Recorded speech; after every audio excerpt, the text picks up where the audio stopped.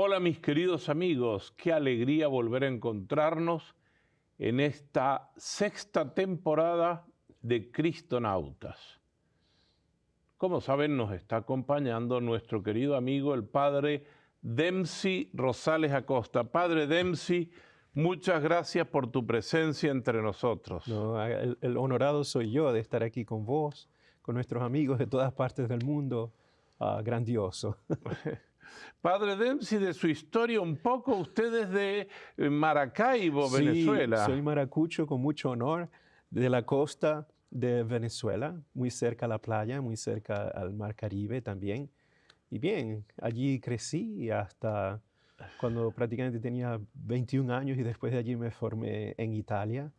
En Italia usted estudió en el Instituto Bíblico y en la Sí, Gregoriana, sí. Primero, todas las ciencias bíblicas habidas y por haber. no todas las ciencias bíblicas, no. Cuando seminarista estudié en la Gregoriana, terminé el seminario allí y me ordenaron sacerdote y luego regresé a Roma y estudié en el Bíblico, Pontificio Instituto Bíblico, en donde me gradué.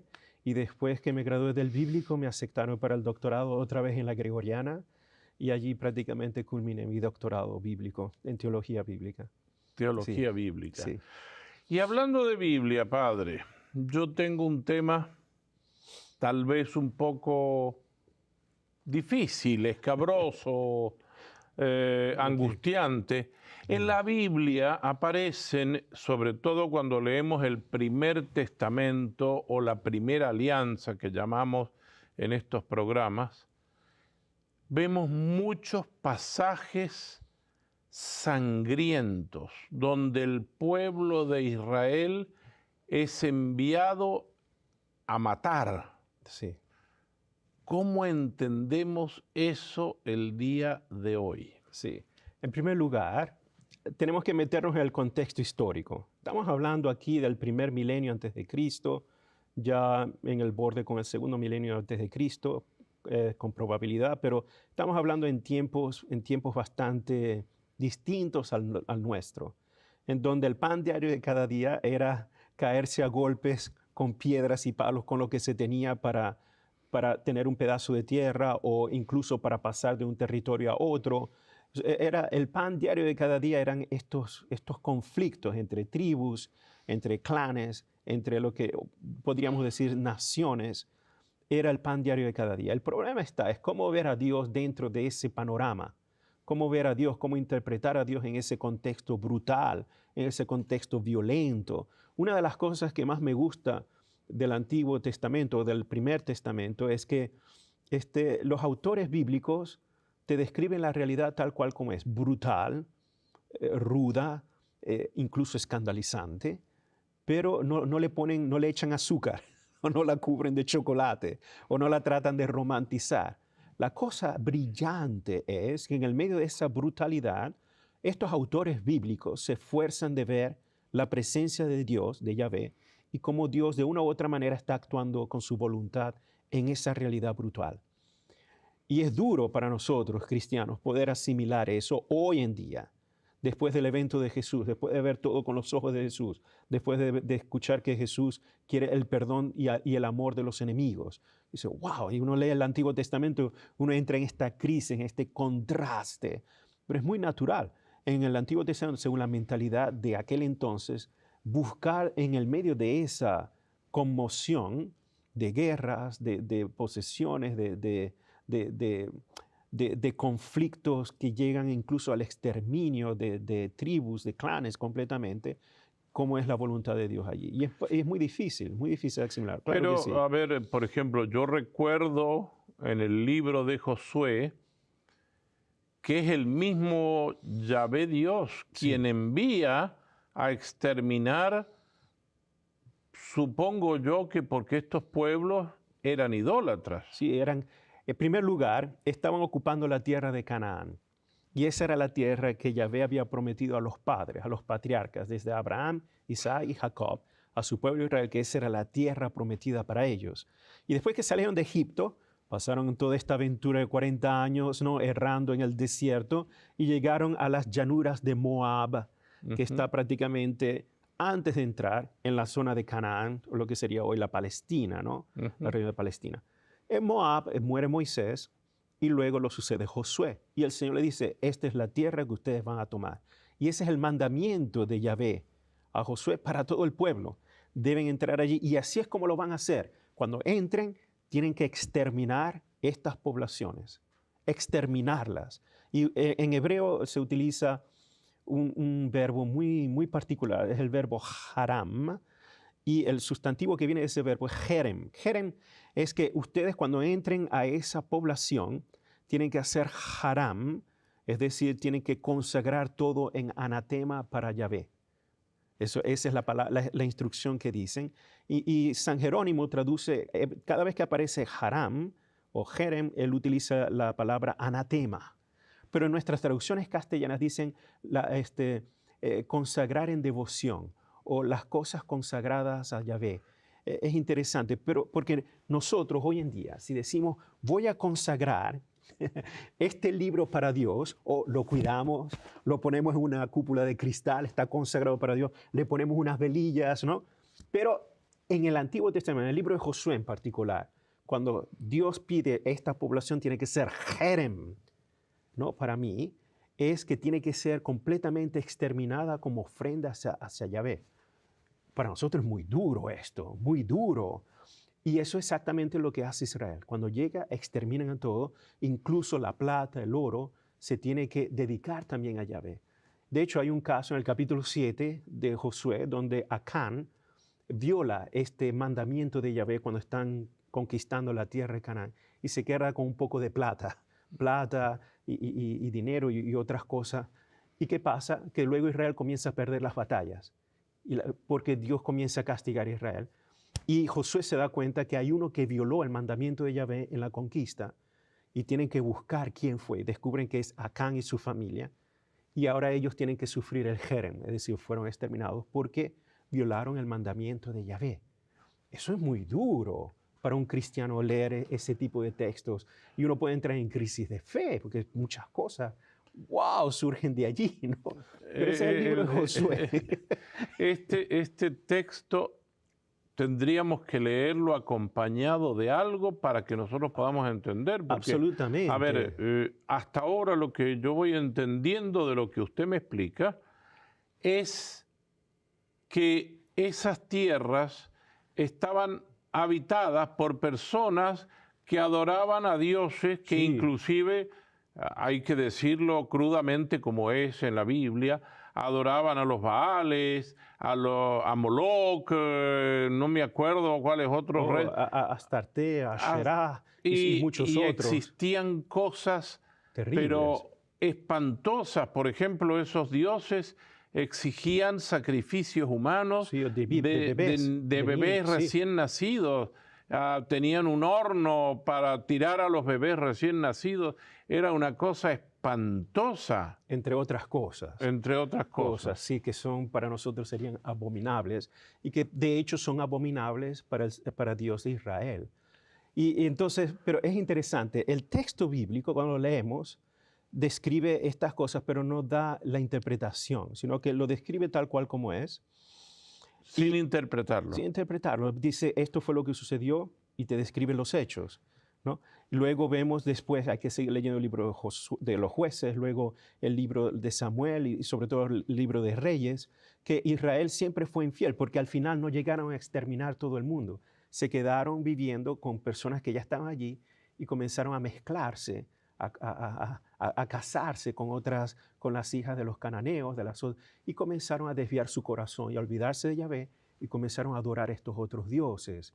Y esa vendría a ser la gran tentación de Israel. La tentación de Israel era no tenerlo a él como único Dios, exacto, sino que, bueno, ser, entre comillas, permisivos. Exacto, y ser seducidos por los otros dioses. Por eso es muy importante. Nosotros, y aquí quiero ser un poco delicado, ¿no? Por eso la radicalidad de la espiritualidad del Antiguo Testamento, que dice Yahvé, estos pueblos van a ser tentación, van a ser como una serpiente que te van a alejar de mí por las costumbres que tienen, la forma de vivir, los dioses que tienen. Y por eso es bueno hay que exterminarlos, hay que quitarlos. Pero al final y al cabo Israel no lo hace. Y por eso todo el drama de Israel, de la infidelidad de Israel. Y uno dice, pero padre, ¿por qué estos idólatras o estos cultos son tan atractivos? Les voy a poner un pequeño ejemplo que se los pongo a mis alumnos para que entiendan mejor, ¿no? Pensemos en el yavismo puro. Yavismo puro. En el Antiguo Testamento siempre se trata de colocar un yavismo puro que es siempre muy austero, muy estricto. Lleva una dieta, lleva ritos de purificación. No, es muy distinto a lo que es común en el mundo antiguo. ¿Ok? Es muy y de repente ellos entran en la tierra de Canaán y comienzan a ver cómo se hacen las festividades de Baal, las festividades de Asherah, de Astarte y de otros dioses, aunque sí hay sacrificios humanos, pero también hay prostituciones rituales, hay sacrificios que implican todo este tipo de fiestas, que para nosotros serían abominaciones, pero son muy atractivas, incluso sensualmente. Por eso los profetas y los libros del Antiguo Testamento dicen, Israel fue seducido por estos otros dioses y se olvidaron de Yahvé, su Dios. Claro, ven estas otras cosas como una eterna fiesta donde todo va, y por supuesto que sienten atracción hasta esto, y ven la austeridad de Yahvé y dicen, oh, ok, esto es muy duro, aquí tenemos mejor, la fiesta está mejor. Entonces, La fiesta está sí, mejor se en van esta. para allá. Entonces, por eso es que siempre se olvidan de Yahvé, y Yahvé está allí, y se han olvidado de mí. Han voltado sus espaldas, me han dado la espalda. Y después, cuando están en problemas, que gritan a Yahvé, Yahvé, con un corazón lleno de amor, va y los defiende. Y Ese es todo el drama. podríamos decir, por ejemplo, que en el Antiguo Testamento vemos esas deportaciones a Nínive, Sí. a Babilonia, a estas regiones de Persia. Esas deportaciones son como un permiso que Dios daría, no un castigo, por haberse apartado y no haber sido fieles. Exacto. De hecho, en el segundo libro de Reyes, capítulo 17, cuando se destruye el reino del norte, hay una reflexión del autor sagrado. Dice, esto sucedió por el gran pecado de Israel, que fue infiel a Dios, y el pecado de Jeroboam, que hizo estos dos becerros de oro y dijo, estos son tus dioses. Porque Israel, nosotros pensamos que Israel siempre fue 100% monoteísta. Históricamente nunca llegó a ser, porque siempre fueron infieles. Y ese es el gran drama de Yahvé con su pueblo, porque decía, pero les digo esto y no lo hacen. Entonces, por eso esta radicalidad, cuando entren, deben eliminar todo, porque al menos se evita la tentación de seguir cayendo, pero no lo hicieron. Y Vamos de hecho, a eso darle fue lo una que lectura más cercana a nosotros, a Sí. esto, porque yo creo que la Biblia, si es palabra de Dios, también Absolutamente. es palabra eterna. Exacto. Podríamos nosotros revisar esto que usted nos acaba de contar de que uno de los soldados de Josué se quedó con un poco de plata Sí. y entonces empezaron a perder las batallas. Sí, sí, exacto. Ese es por desobediencia de Yahvé.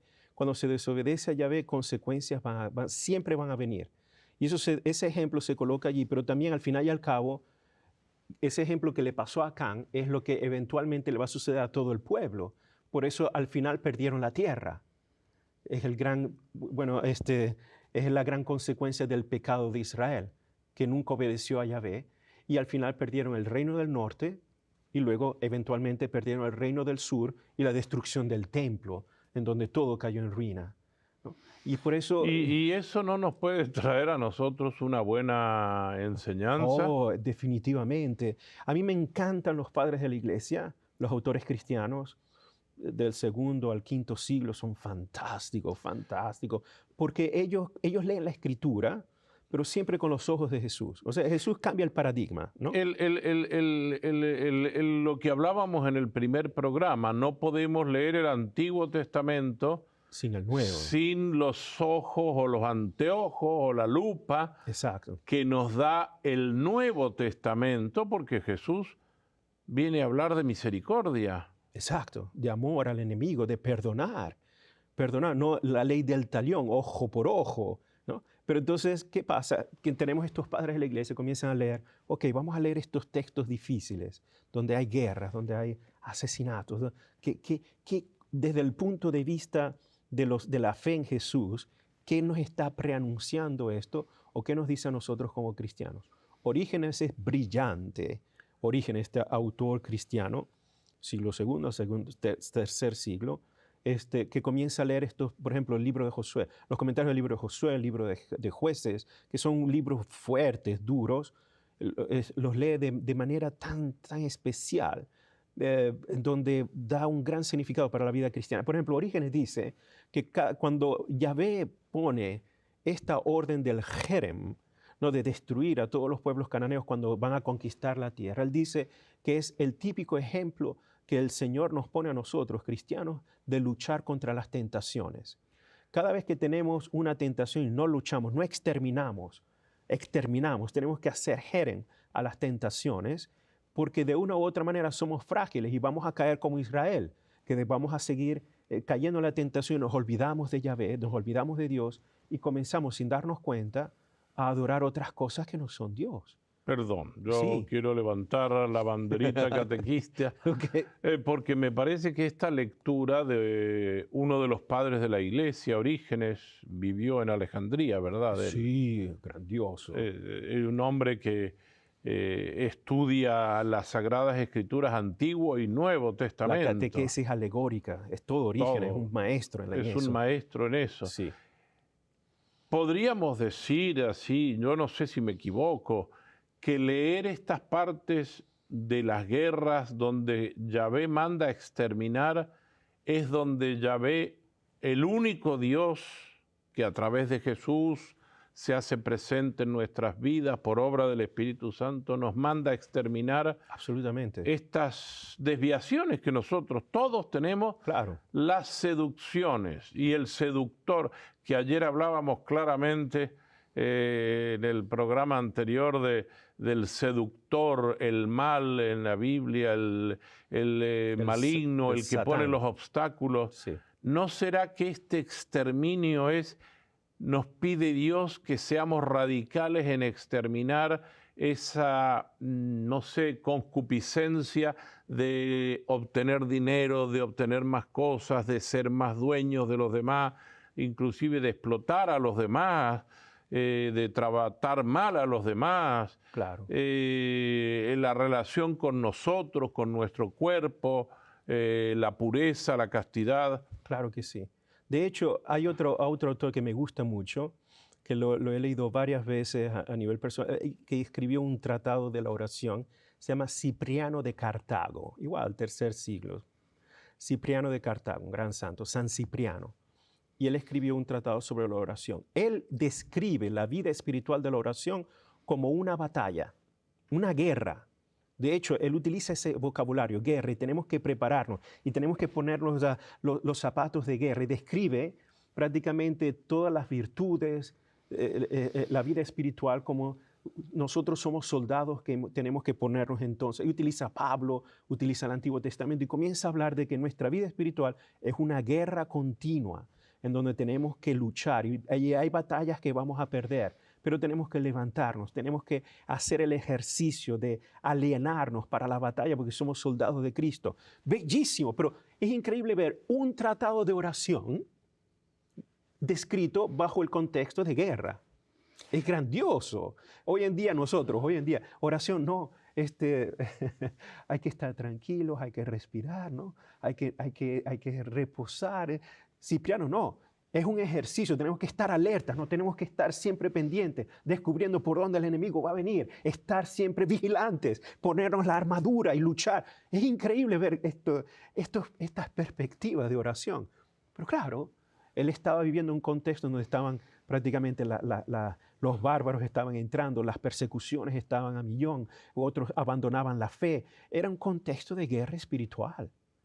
E, irónicamente, utiliza estos textos. ¿Y usted no cree, padre, que en estos momentos estamos viviendo un contexto de guerra espiritual también? Oh, definitivamente. Solo que este es más sutil.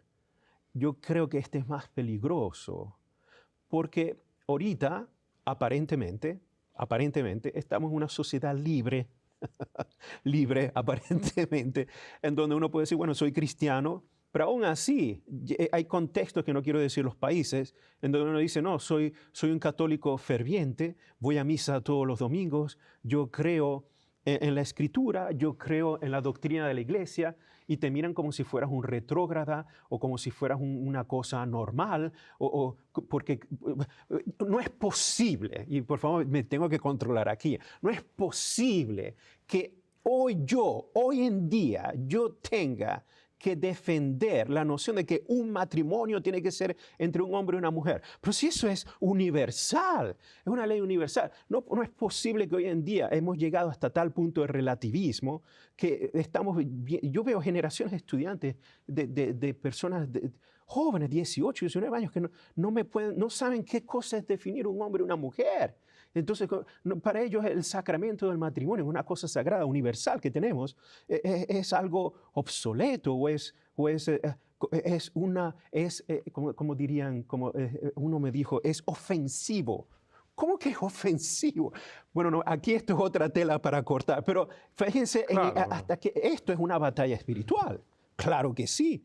Lo que pasa es que no es se ha infiltrado de manera tan sutil, que prácticamente ahorita no sé cómo iremos a terminar esa batalla espiritual, pero tenemos que mantenernos fieles a la tradición, tenemos que mantenernos fieles a los valores que Dios nos ha dado y que son verdades evidentes, que son universales, ¿no? Disculpe que me haya tocado este punto, pero esta batalla espiritual, y me gustan mucho los padres de la iglesia, por ejemplo, San Cipriano, Orígenes sufrió las consecuencias de profesar la fe. La sufrió en su propia carne. Su padre también fue martirizado por defender la fe en Jesús.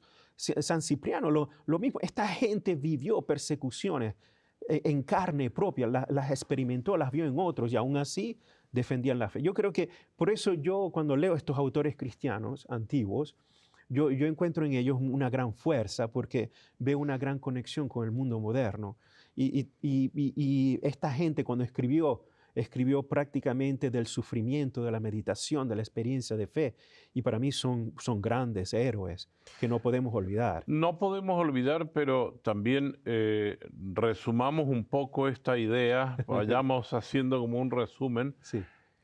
Yo diría, a ver si, corríjame si me equivoqué, pero leer el Antiguo Testamento con los ojos del Nuevo Testamento. Exacto. Es decir, sí, hay una batalla, hay que exterminar, pero ya no es exterminar a los ídolos que vive la gente, sino a los ídolos que tengo yo como ser humano. Exacto. Yo tengo ciertas idolatrías, aunque yo tengo que luchar contra eso, porque evidentemente tenemos que luchar. Todo lo que el mundo nos presenta como la gran felicidad, que sabemos que no es la felicidad que nos presenta el Señor. Sí. Entonces, por favor, a mis queridos amigos televidentes, cuando leamos estos textos de guerras y de exterminios, como está diciéndonos tan sabiamente el padre Dempsey, por favor, vamos al Nuevo Testamento. Exacto. Y leamos en el Nuevo Testamento esa perspectiva que cambia, Jesús cambia, y no habla de matar al otro, sino al ídolo, al Baal, al Maloc o Meloc, Sí. que vive dentro de nosotros, que Sí. puede ser tanto o más dañino. Por Exacto. ejemplo, no podemos hablar del tema porque ya es muy largo, pero ¿cuánta gente vive una vida genital disipada, y el aborto es una cosa como normal? Sí, como es lo mismo que ofrecer a los niños a los baales.